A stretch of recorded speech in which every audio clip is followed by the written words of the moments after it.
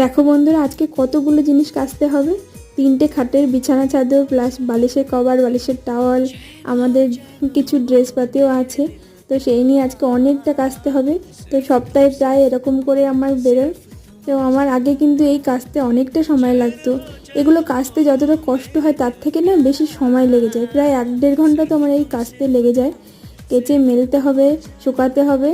তো তার মধ্যে আমার এই ওয়াশিং মেশিনটা এসে খুবই কিন্তু উপকার করে দিয়েছে। তার মানে ওয়াশিং মেশিনটা আমার 1 ঘন্টা বাঁচিয়ে দিয়েছে। কষ্টর থেকে জানো তো সময়টা এখানে প্রচুর মূল্যবান। আমি যেহেতু কোয়ার্টারে থাকি, এখানে আমার কোনো হেল্পিং হ্যান্ড নেই। তো সময়ের সঙ্গে পাল্লা দিয়ে চলাটা খুবই ডিফিকাল্ট।